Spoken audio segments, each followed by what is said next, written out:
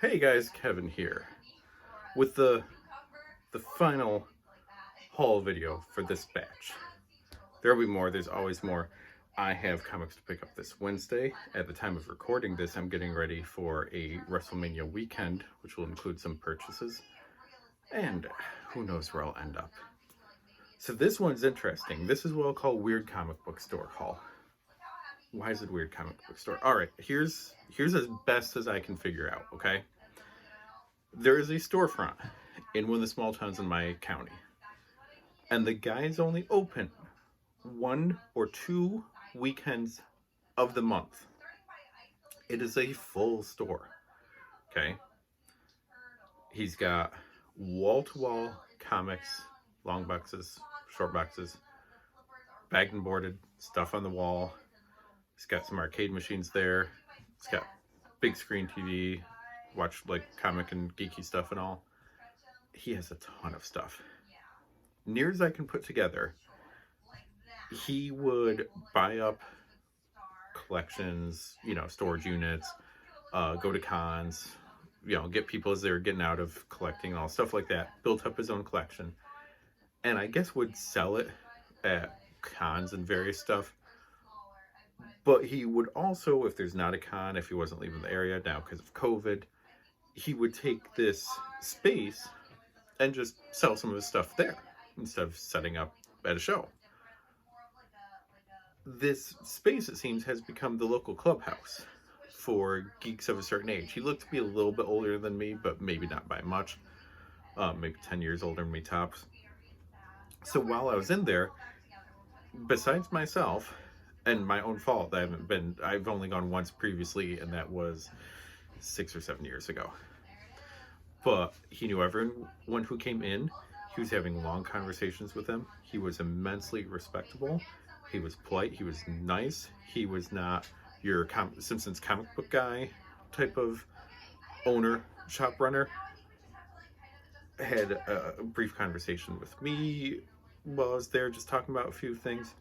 And everything neat, organized, separated, and then it was on sale too.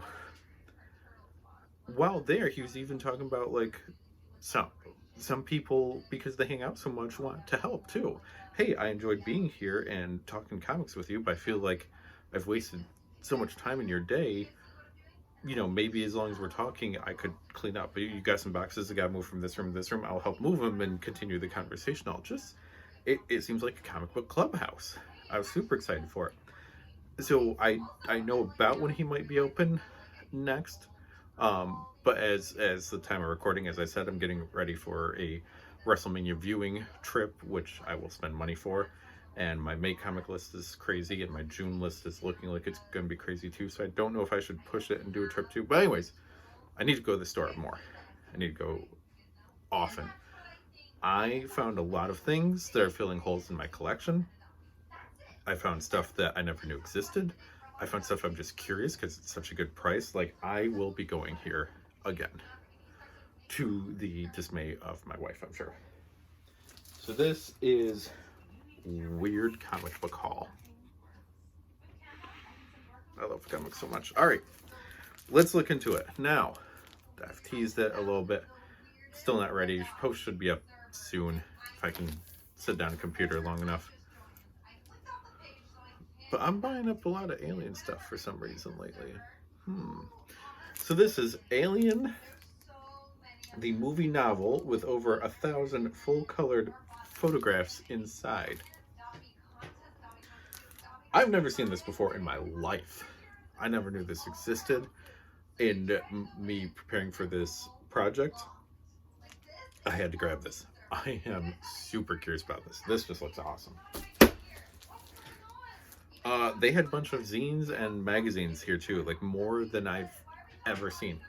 To be fair, I've been going to my shops in smallish areas of New York. I've only been to one convention in my life, and it wasn't a Comic-Con, it was a horror con. I had comics there. So a lot of the stuff some of you in bigger cities, bigger areas may have seen already, but this was new to me. Like, The Best of Amazing Heroes, #1, tons of interviews, tons of stuff about comics. Magazines like this I love. I think this is a thing that a lot of people into comics don't collect, and you lose a lot of the history of it, a lot of lessons, a lot of knowledge, a lot of behind the scenes details. Oh, and it's signed by George Perez. So as long as I'm doing that, I was just grabbing other stuff. This is Comics Feature number 54 from April 1987. We have a Captain Marvel, Superman World, How to Invest in Marvels, Captain Electron, Magnus Robot Fighter, 87. Valiant was around? Or were they? I can't remember. Some Tales from the Crypt, and behind the scenes on how Marvel created the Nam comic. This just looks fascinating. Dirt cheap price for it on it too. Like, I'm super curious about this. Next two I blame Adam for over at Wizards Podcast. Adam, if you're watching, this is all your fault. Because I picked up Hero Illustrated number 13. It's possible I already have this. I have some Heroes Illustrated in a box at my mom's, and I have to retrieve them now, along with some Wizards I left behind, because I don't know what I have. And now that you did your April Fool's episode, I'm curious to reread Wizard Magazine now, so thanks a lot. Also, Dr. Mirage on the cover, much like issue 1. And Dr. Mirage got rebooted recently by Valiant. I read volume 2, I didn't read volume 1, I was lost in volume 2. Maybe I'll try again. As long as I'm there, I may as well get another Hero Illustrated. I got issue 10 with Spawn on it as well. I'm almost positive I have this issue actually somewhere, because it is a Jack Kirby tribute issue post his death. Fun fact, in 1994, when I was in high school, we had to write about not a hero, but a positive figure who had passed, and see what we could do to educate our classmates and teacher and all. So, I mean, people are picking, like, musicians, you know, people did a lot of charity work, a couple politicians, like, the stuff you'd expect. I picked Jack Kirby, and I did an extensive report on this. And I believe I cited Hero and Wizard and a couple other comic things. Boom! So, friends of old Marvel, this is obviously like a more recent one, just done as like a Marvel fanzine. I do have two old issues of the original film magazine, so I just thought this would be fun to add to that. Big fan of Fred Hembeck, as I've said in previous videos. So I was shocked when I found the Hembeck file. What is this? What is this? Number 5, apparently, from Fantic. I don't know what this is. I don't know. Is it a zine? Was it mass produced? Do a lot of people know about this? Was this just like Fred in the basement or at a copy store? Like, I don't know what this is. I have no idea what this is. I am super excited. I think Hembeck is greatly underrated and underappreciated now. So I'm excited for this. Alright, I don't know what this is. I know it's a zine, but I saw the cover and I just went, what the hell is this? And I was too curious, but Princessions. So this is issue 13, fall 1982. I'm almost positive it's a zine, but geez, that's such a crazy cover. That's awesome. I mean, it's gotta be zine. Like, that's just too many characters that they're doing cross copyrights on. I don't know. I'm super curious. Like, I'm finding so much amazing stuff. You think you know comics, and then it turns out there's more, you know? All right, so the rest is me filling blanks in the collections. So I found West Coast Avengers issue 12. I do not have this. I do now. I am getting closer to complete run. I found issue 10, which I also have never had. I'm super excited for this. I can't believe that I didn't have this one, but I now have the complete miniseries that started West Coast Avengers. So I was missing issue 2. I didn't realize it. Super happy. New Warriors had a reboot. I have some of it, but not all of it, but I found a bunch. So this was volume 2 or 3 of New Warriors. I can't quite remember. But I found issue 9, issue 8, issue 7, issue 6, issue 5. We facing off with Gen X? Looks like it.